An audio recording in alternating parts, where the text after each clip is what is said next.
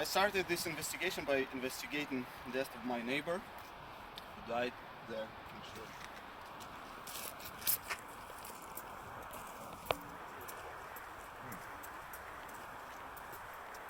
He was a very good person, guy, and he died of shells on 4th of March. And I also knew at the time, in March 2022, that not only he died, but also people on the road died on the 25th. And I knew the Russians were here.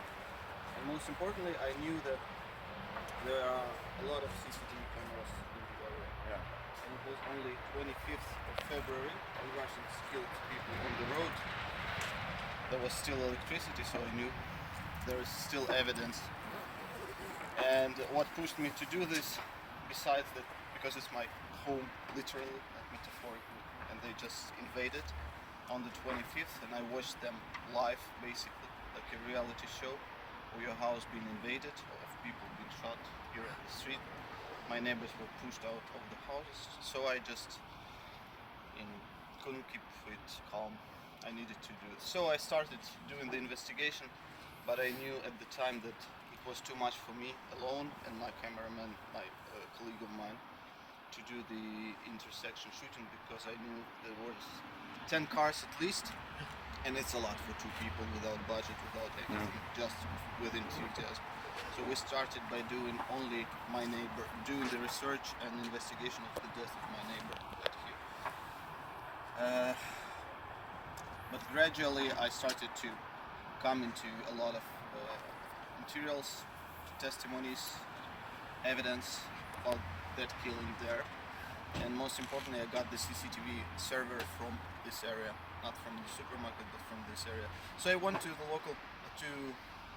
the police that was based in Hostomel, because at the beginning of April, different police departments from different regions of Ukraine came to Hostomel, Bucha, Irpin to help local police, because it was too much cases, thousands of cases of killings. So other departments came here to help.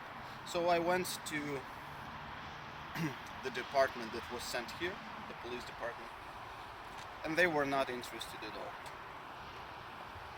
Yeah, it was just typical Ukrainian police response. But anyhow, gradually I came into contact with another police that is called Crimean police. It's a unit that was based in Crimea 10 years ago, then it was based in Kherson, now it's based in Kiev. And I got them interested in this case because I said, look, I have this CCTV footage with Russians going here with their faces, with everything. People died on the road, and I have no authority to get the CCTV footage from the supermarket, which is more important because I said to them, you probably will see the actual killing of people on the road.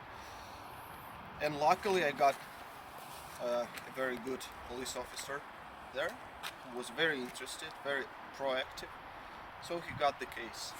And from that time on, we together started investigating the case.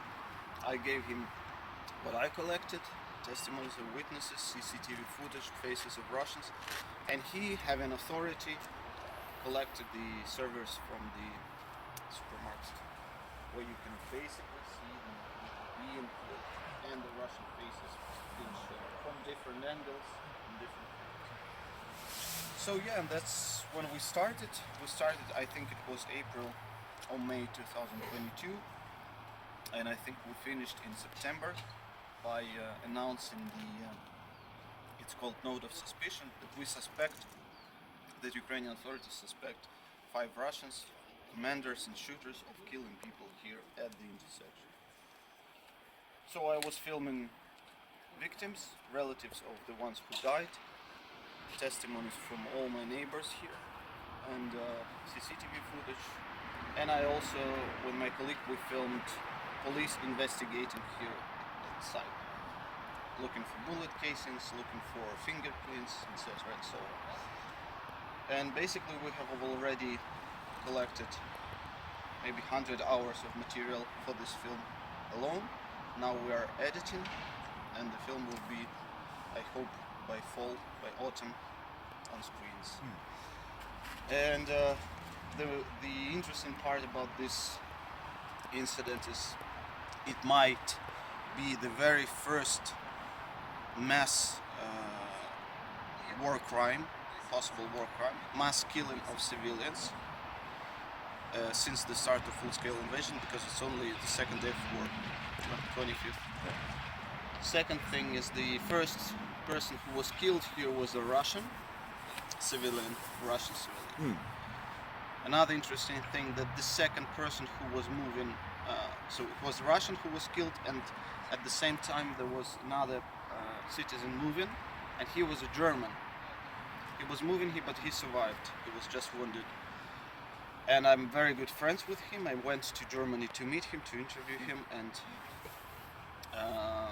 so that's an interesting part. And another interesting part, that it might be very well a very first case. I'm working on it, that this case is being sent from Ukraine to another country to be prosecuted. Probably it will be Germany, most certainly it will be Germany. I have already done my share of work for this to happen, and if this happens, it might be very good precedent for Ukrainian judicial system to pass many other cases to other countries for prosecution. So yeah, that's the overall. 10 cars stopped here. 10 cars stopped here, shot. Some of the cars managed to escape the incident, the territory. At least 5 civilians died here. A couple of very young people. A very young guy, like 18 years old. Then the fourth was father who was going to Kiev to save his kids. Like 40 years old. So it's 4. And the Russian guy who was the very first one who was killed here. He was the 5th person who died, and others were heavily wounded. So that's the overview. Very horrible. The film will be called The Intersection because aside that it happened on the intersection between Bucha, Hostomel, and Irpin, which is here.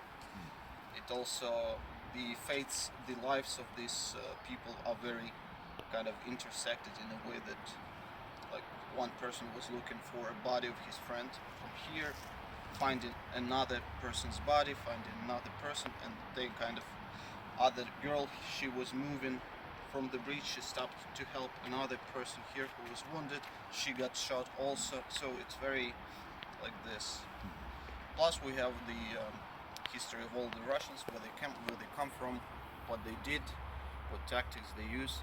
By the way, thanks to the images we got from here, from the Russians, it's Omon troops, or Omon is like a special police, special units of the police.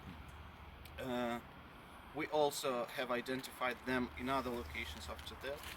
They went to Hostomel airport where they tortured people until like 11th of March, and we have people that recognize them, identify. And after that they went to village of Zdvizhivka where they also tortured other people. We have people that identified them too. So it's a very rough unit. And this investigation, the first investigation, gave push to change.